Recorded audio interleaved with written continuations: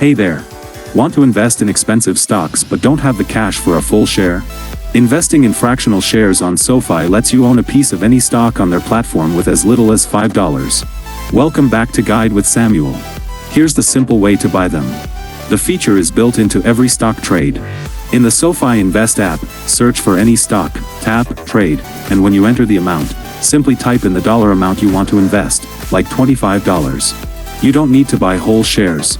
SoFi will purchase a fractional piece of that stock for you. You can even set up automatic investments in fractional shares on a schedule. My crucial pro tip? Use fractional shares for automatic, diversified investing. Set up a recurring weekly or monthly purchase of a fractional share in a broad market ETF or a company you believe in.